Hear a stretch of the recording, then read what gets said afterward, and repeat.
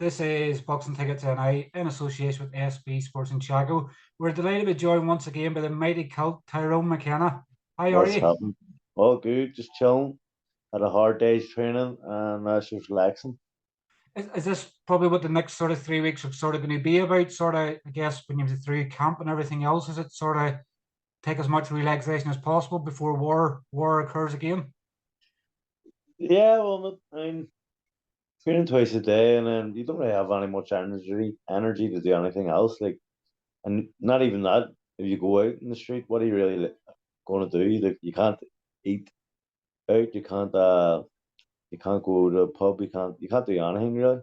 So yeah, all you can do is really relax and chill and recover.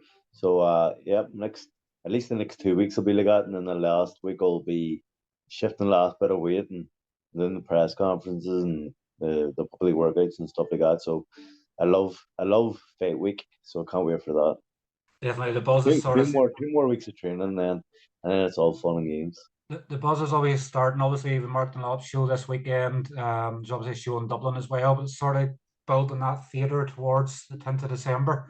Do you still play much gaming online? I haven't seen you post much about it recently. Nah, I've grew up, believe it or not. I don't know what's happened. I've been so busy. I bought a house recently.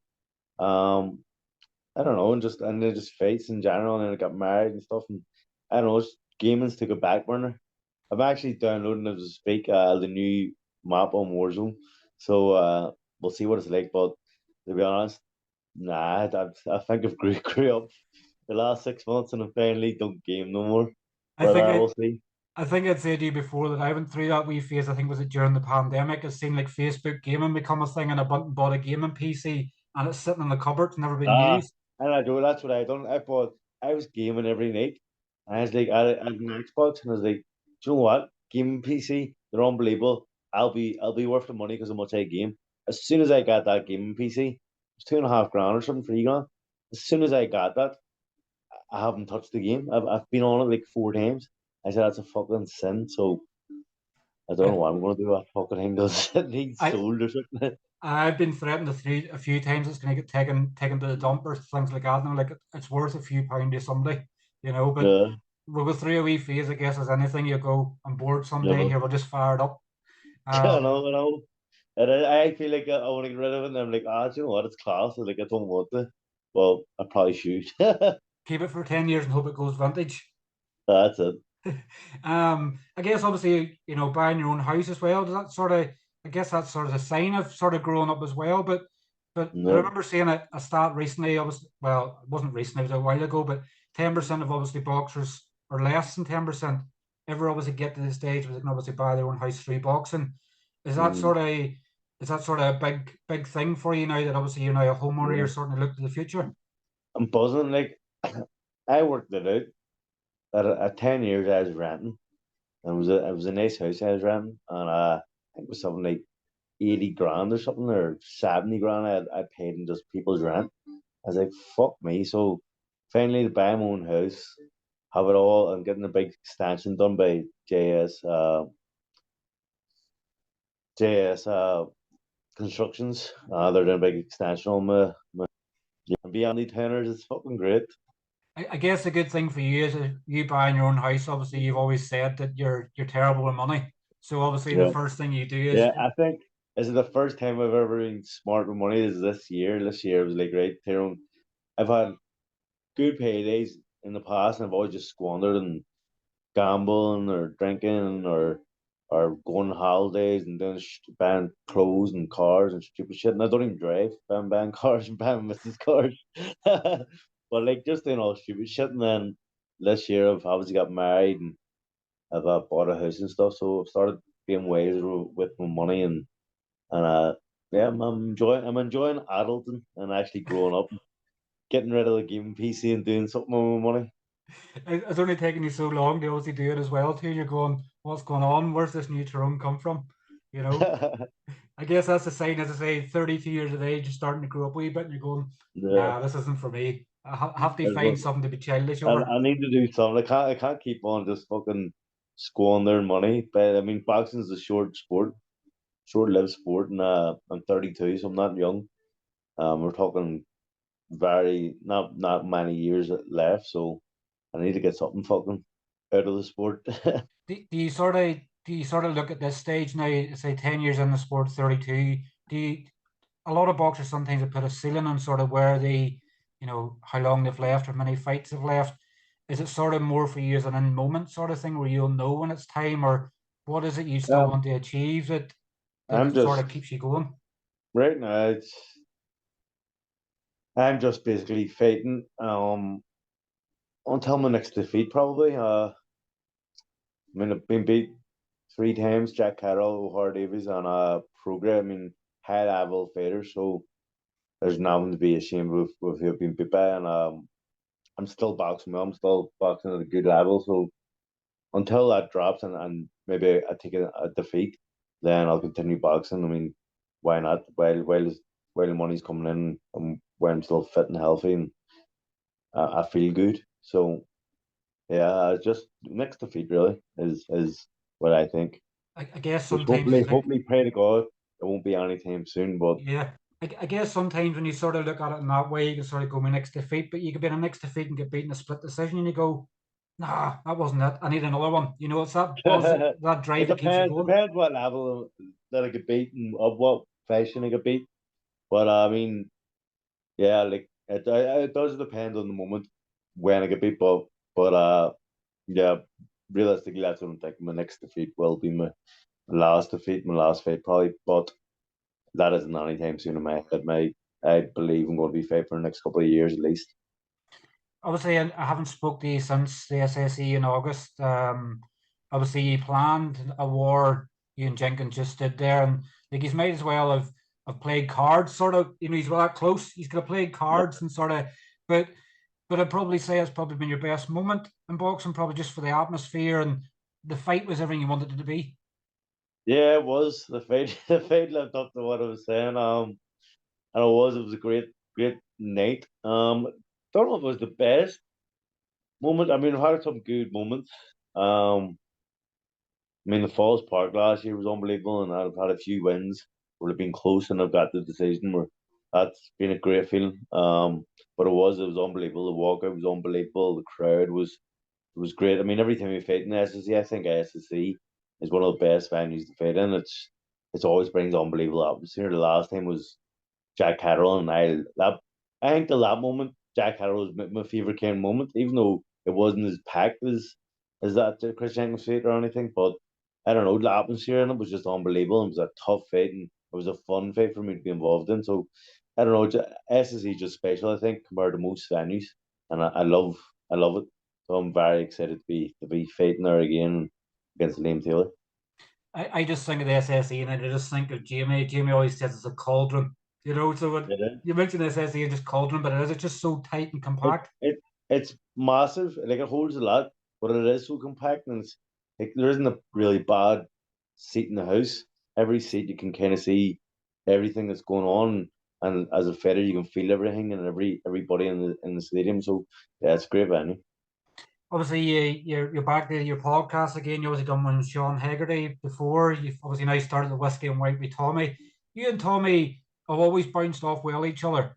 Yeah. At what stage did you decide to do the podcast, and who was it that decided you needed to do it? Was it Tommy wanted to do something else, or who was the front runner? No, actually, years ago, we've always said we wanted to do a podcast, but we just didn't know how to start it up, and we always one of us was busy or the other one was busy or whatever like that. And like I was away for many years. I was in Scotland or was in Spain or something like that, and then he was away and stuff. So we never really gelled together with time. And then now both of us, I'm down in Dublin, but I'm home on the weekends, and he trains here. So it kind of made sense to start now. I mean, we've been mates since I was 10 years old, so we've got great stories together. We've got great chemistry. It's all natural and it's fun. We can slag each other and joke around. I think we've good chemistry in the podcast, and it's enjoyable, which is the main thing. I'm loving doing it at the minute. So anyone who's watching and hasn't subscribed, Whiskey and Wait podcast, get it in your YouTube and subscribe. You It's just going do well as well. People are loving it. Do you just do the sort of talking, and these have people then they do the editing and stuff for you, or do you do that Yeah, as so we've well? got a guy, Sean McDonald. He's Paddy McDonald, the comedian's brother. So he does all that, and we go into his place to shoot it. So he's very good. But yeah, so that's why like we didn't know how to start it, and then we found out how to start them up, and we've just started. The ball's been rolling. It's getting good fan base at the minute. It's growing every week, so we're happy enough, and we're good guests lined up, and because of the field we're in boxing, we kind of know uh big big slabs that can get on it, like the likes of Shane Todd and high profile boxers and actors and musicians and stuff. So we've got a good start base. Who's the sort of one person that you would want to do that probably Tommy would say no to? You know, that you'd have a favorite sort of like you'd probably go for your sci-fi sort of actresses. You'd probably want on, but who would you want to have on as a guest that you'd sort of you nearly sometimes don't want to approach because you go, nah, they'll turn us down. There's loads of people that turn us down. We're not big enough yet. But we do have a few massive guests coming on in December, hopefully.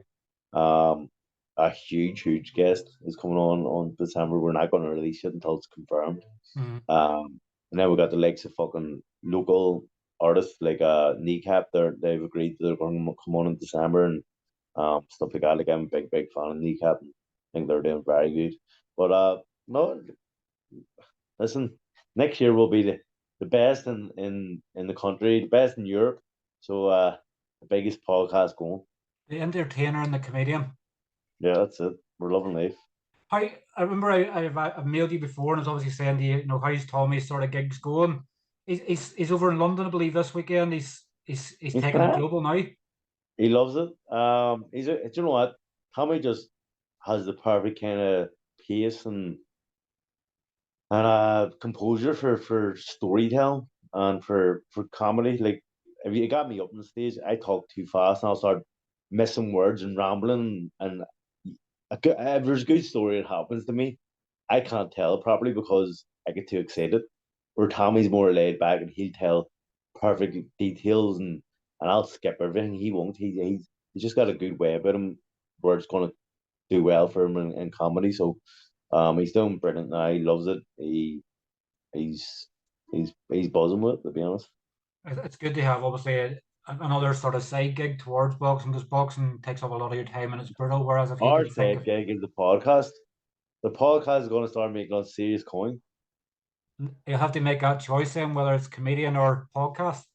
No, you can do both. You can do both. Obviously, I want to touch on. I guess you're in the 30s club now as well, but obviously, in particular in Belfast, obviously more recently with Andy Kokachi and Paddy McCrory winning the IBO Mm. belts. Eric Donovan, obviously in his last gig, They're became a they're they're European closer to the champion. 40 club. They're 40 closer club. to the 40 club than the fucking 30 club, near enough. But I'm sure obviously it does it sort of when you see that sort of you know the 30 club sort of happening for people and them having their big moments. Does that sort of give you that wee bit of inspiration more to go, you know what, I could be the next one to do this? I don't know. Like I think I'm not doing too bad myself. Like I had that fight with Prograis. World title eliminator, so I think I'm definitely part of that club where I've Mhm. had moments, big moments. Obviously the IBO world title is unbelievable for Potty and Pikachu. Um, you know, loved. I actually had a chance to pay for that at one stage, but then it fell through. Something contract happened, but yeah, like Potty to go over to Germany to knock out him was unbelievable. He must have carried some weight in them fucking fists. Mhm. And then Kikachi was unbelievable to get that win as well. So for Foxton, they're from about the area, they're from about the road. to see him every day, and to see Emmons doing well, it gives a buzz about Andytown, about the people of West Belfast, and yeah, they're two legends as well, two nice people, two down to earth people. So yeah, I love seeing that, and obviously it spurs everyone in the boxing on, and everyone in Belfast wants to get a title like themselves. So I guess when you look at Ando and Potty, you know, you probably find it hard to get a person to say a bad word about them. They're just two honest, good, hard two hard guys. two cunts, hate them. Nah, two legends. They definitely are. Two And legends. I know obviously Paddy's going to be back on the card in December as well. Like he just couldn't turn down an opportunity to fight in the He loved SSE. it. The man's busier than fucking, I don't know. I can't even Santa believe. Claus. He's busier than Santa Claus, fuck's sake. But I know for fuck's sake, he's back. You know what? Keeps you in the gym, keeps you in shape, keeps you active, and that's what you need. You don't need to be, especially at our age, you don't need to be inactive or you're going to be fucked. So, more active you are at our age, the better. And I think at the minute we're down to 10 fights. We obviously lost one, obviously the other day. Joe Fitzpatrick obviously retired. And I think there's potentially another few fights in the offing. Would you probably say this is probably the best probably card we've had in the last few years in the whole of Ireland? Probably, I guess in some ways it wouldn't be hard, but obviously with the field of cards and stuff, would you probably Mm. maybe say this is the potential to be probably the best one we've had in recent years? Yeah, definitely. Mick's in a great fit. That guy, that French guy is very good. He's good. He's a great boxer. I think Mick's going to be far too good for him, but he is a tough guy. I mean, he was 5-time European champion and has a tough belt to win it once, but to win it 5 times, it just shows you the class he is. He's beaten Jordan Gill or was it Jordan Gill Yeah, was? Jordan Gill, yeah. Yeah, until the last fucking thing where Jordan Gill just got a knockout in Nora. It was a great knockout, but he was getting beaten until that. So it is a tough fight. It's a great fight. And then obviously me fighting Liam Taylor. Liam Taylor loves to come forward and have a war and have a bust up, and he hits hard enough himself. So that's going to be a great fight. No doubt going to be a war as well. Like every single fight that I'm in, even if I wanted to be a boxing fight, I won't be. But and then Sean McComb hopefully have a good opponent announced soon. Yeah, I think it's a great card. I think Graham McCormick and Fergus Quinn will be a Quinnipiac. good fight. Or Fergus Quinn will be a good fight. Um, yeah, I mean it's a potential to be a great night. Obviously on the Liam Taylor, it's I know what you're like nowadays, where you obviously be given names and sort of if someone's gonna be a boring fight, you'll say no straight away. Was Liam Taylor the first name that was put to you, or was there other ones that you wanted first? Because I know that you've wanted other fighters in the past. Who, Yeah. if you were given your option, who would it have been in December? Not discrediting Liam Taylor, of course, but obviously you want the biggest fight you can get. I offered a lot of people fight. Big names in America. Um, people big names in the UK. And none of them seemed to. They all had an excuse or the the asked for far too much money or ridiculous money for what kind of fight they were getting.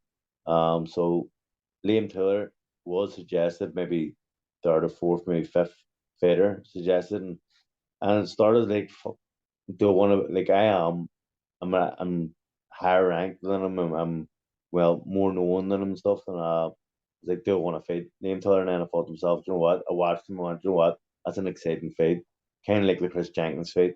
Um, it's something that gives fans entertainment. It's something that I get excited about because I know what way he fights and it'll be an entertaining one. So I said, you know what, fuck it, Liam Taylor it is, let's go. I guess it's sometimes it's like you can offer people the world sometimes and they'll never sort of take it. It's I guess that's boxing. Sometimes people sort of look more. They go, if I get beat, I'm going to get well paid, sort of thing. That's the sort of way they look at it for you. And I guess it would get frustrating because you want to have the best fights possible, but when opponents are pricing themselves out of it, is that the fear that kicks in, or is that just their easy way of saying no by asking for more money? I don't know. It is hard to say. I mean, the people who were offered, I mean, they'll be probably used the bigger purses. So, I mean, they didn't have the budget for then kind of the fights. They probably would have took it if the money was there. But look, I beat Liam Taylor. I get a belt. And kind of in a better position as well to kind of make more demands and get bigger fights. At the minute, I don't have a belt at 147. So once I get a belt, pick up a belt. Um, there's a hopefully showing in March or April time where I can uh I can ask for a bigger name and hopefully get it. There was obviously talk as well as potential maybe another boat being on the line. I guess it's like buses. Obviously, one boat comes and another one straight behind it. But But I guess the more belts you can sort of get now, they're for the man cave for the future, aren't they? That's it. I mean, well, actually, I don't have man cave in this house yet, but Is that what the yeah, extension's for? well, no, the extensions for a double size kitchen. You know, I like to cook, Mm. but I'll get a wee shed out the back. It's going to be my man cave in the summer, but yeah, like there has been talks. There was actually talk today about what's happening with the other belt that they were trying to get online. I don't know what's happening at the minute, but yeah, the more belts, the merrier. It is. I don't give a fuck. Don't give a fuck if there's no belt. To be honest. Or there's four belts. Makes little laws with me. I'm still fit in there. I'm still fighting Liam Taylor. I'm still going to entertain the crowd and get the win. Welterweight, obviously, this could be your second fight at welterweight. Is it? I know sometimes when they say you have less weight to make, does it make camp easier? Does it probably is it probably more strictness in it because it could be so easy to fall off the wagon and go, "There's only 7 pound. I can eat this or I can eat that," but Yeah. you could end up blowing up too much. Nah. Well, I don't know. This camp I've just been obviously keeping under my 1,800 calories a day, and the weight is dropping off me pretty good. Pretty in a good position at the minute with my garden weight. And but I'm not going to slack. I'm not going to say right. Fuck. If I had something bad now, I'd feel too bad. I'd feel too guilty about it. So like maybe I could afford fucking to have I don't know a burger or something right now, but I wouldn't even do it because I wouldn't want to feel bad. I like being a professional and being the admin professional, and keeping the strict diet and keeping everything like I'm ready in camp. I may as well just do everything 100% and be confident coming into the fight. So I probably could eat a slight bit more, but I'm not going to. I guess you're sort of saving yourself for Christmas now. Obviously, 10th of That's it. December, get the fight out of the way, and Christmas markets and I can't pints wait. everywhere. I can't fucking wait. I mean, this is the perfect date to be having a fight, December 10th. Because if you have it too early, then you start feeling guilty on the lead up to Christmas. You're like, fuck, you only have 2 weeks before you start feeling guilty about food and drink and stuff. So I've got 2 weeks, and that's right up till Christmas, and I'll be guilt free, eating shit, drinking, going on nights out, enjoying myself, and then after Christmas, then I go right back on the wagon, back on the clean eating, and I'll want to be because it'll be January. Everyone does dry January anyway. So yeah, I'm excited about Christmas this year. I guess it's, you'd said to me the other day, because we were initially planning to do one the other day, and you were ready at the Christmas jumper stage already. Do you have a Christmas jumper for every day in the lead up to Christmas, or have you not got Mm, that far yet? Not quite. From McCullough does. He's 25 jumpers. Um, I'm not there yet. I think I maybe have about 10. So I'll just double up on them. But yeah, I love Christmas jumpers. Christmas jumpers should be allowed to be worn all year round because they're fucking brilliant. I love them all. But uh, but yeah, I need to get a few more. I need to get the collection up to 25. But at the minute, Trumacula is the goat of Christmas jumpers. I got a good one. I think was it last year, a McGregor one. I can't even remember what they said. I wore it one day in the work, and I was like, in the cupboard for next year. That's it. Um, I know. So you only get like I have some class jumpers up there. I can only wear it fucking like twice a year, and I'm like, fuck's sake. So I break them out November time and start wearing them in. get them broke in. I guess when you look at Ricky Hatton, obviously I got back in the exhibition last weekend, and him and the brother were straight out on the shit shirts again. They You were seen using that? any occasion for that, and they were the sort of ones that sort of when you think of the bad shirts, it was only the M2 I can ever think of. But Not they're me. starting their trend again. Listen, I have plenty of shit shirts. Seen a few of them. I love Uh, them. but obviously December 10th, I guess probably a silly question we'll ask, but are we expecting War McKenna mode again, or what else are we expecting? Yeah, I mean, probably. I always say no, but it ends up a war. I just love entertaining the crowd too much. It's fucking annoying because even the last fight, before it was going out, there was a 40-minute talk in my change room where Pete Taylor tell me, this is how you're boxing. 1, 2, jab, keep on the jab, move, do all this shit. And I was going, yep, yep, yep. And I went out there, and the first 4 rounds was fucking mayhem of just non-stop punching and standing toe to toe. And I just don't know. I don't know what happens in my head when I go out to that fight, but it's just the crowd. I love a crowd, and I love. I don't want to be known as a born fighter, win or lose. I always want to be known as, at least he was entertaining as fuck. So when I go out there, I'm like, I heard, like, say I had the first 4 rounds and they were fucking wars, and the crowd was going fucking mental, and at the end of every round, the crowd was going crazy, and I was like, fuck me, I love it. And then there was a few rounds where I said, I can't do this for fucking 10 rounds. No man could, no matter how fit you are. So I done a few rounds of just boxing. I could start hearing like murmurs in the crowd, like people were talking to each other, and I was like, what the fuck is? So every round I done like a minute and a half of boxing and then a minute and a half of a war just to please everyone, and just have this thing where I can't bore people. You just hear voices in your head where you're sort of, I know you're focused and you're putting everything else, but you can just see an image of someone. They might not even be doing it, but you're going, they're not liking this. I'm not liking this. Let's Yeah, war. I want every second of every round people to be glued at TV or glued to the fight in the stadium and go and beat them for all bit. And it's probably a bad thing because obviously you do have to take breaks in boxing, especially when you're fighting compared to sparring. Sparring I'm always non-stop, but in fighting, like, I don't know, it takes it out a bit more. You're trying to load up a bit more and stuff, and you do need rest periods. But I just want to entertain every second of every round. And maybe a downfall sometimes. Sometimes I do need to be smarter and take breaks and be wiser. So we'll see what happens on the night. It doesn't matter what I think now. If I think, I'm going to go out there and box, because we don't know what's going to happen until I get out there. Just whatever side of the bed you wake up on the 10th of December and go, Exactly. I'll do this. Exactly. So uh, hopefully I'll be smarter, more educated than last fight. But I will be entertaining. I know what. Obviously want to leave a final word, but obviously your coach Pete Taylor is obviously looks as if he's not going to be mobile for a wee bit, but he's still going to be there and obviously still going to be coaching and everything else. And we're obviously wishing him a speedy recovery. Looks like a nasty one. I seen him get his head shaved today by his missus, and I don't think he was liking it. I'm throwing out there. I don't know what's worse, his legs or that head shave. Fuck me. How taught her to use a razor? What the fuck? I was looking at it going, he's going to cut open his head. But It's crazy. yeah, Pete's a hard, resilient man. Like he's had a big injury there last week. He's straight on the phone. We couldn't make it this week. But there's plenty of sparring there, and there's plenty of other coaches there to do pads and bag work with me. Had a great week of training this week.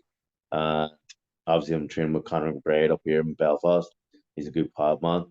Um, so I've had a solid week, and then Pete has told me he'll be back on Monday. He won't be mobile, but he'll be there to oversee the training sessions and give us the tactics and give us and look and see how hard we're training and whatnot. I mean, these next two this week and next week is going to be heavy sparring anyway. Uh, in the following week, it's going to be a couple of spars. So like it's mostly sparring stage at the minute, so it's not too bad. We've had Pete for the last 7 weeks, um, giving us tactics and paths and telling us what way to box and stuff. So it isn't a great hindrance, but obviously I would like to see him being able to walk. But yeah, I mean we're still getting there. Definitely, and everybody sort of looks at obviously Pete not being mobile now as if that's sort of going to change things for you. Pete's probably No, one of the most methodical people in planning a fight. So even if he can't stand on his 2 feet, he'll still be barking the orders at you and everything goes no, from. here's where if he can't beat me in the corner, he's going to have a fucking chair right beside the corner, and he's going to be telling them what to tell me. They're just going to be relaying the message. It's going to be the exact same as it was in the fight. Uh, so I'm not worried about Maybe have one of them loudspeaker things. You just say, "Punch him, it. Tyrone! Punch him!" Yeah, you'll hear him saying Tyrone box and me going to war. Like it doesn't matter sometimes. I just go to fucking war anyway. You maybe might do the reverse psychology and say, "Hey, Tyrone, go to war," and you'll Go to go, war and I'll "What's he start doing?" boxing. you know. But obviously, I think we'll obviously end it there because obviously I know we'll speak in a couple of weeks' time in fight week. Yeah, We don't want to get to the stage where how's it going, Tyrone, and then that'll be it. We'll nothing to speak about. yeah, no worries. But obviously, it's always great when we always have a chat. Always come away afterwards. And my jaws are sore because we speak so much and we laugh and Yeah, just it's random. There's nothing planned in these interviews. It's just complete randomness. yeah, But obviously, enjoy your last couple of weeks of will camp, do. and obviously we'll see you in fight week. Thank you. Cheers, Yeah. Tyrone. Take care.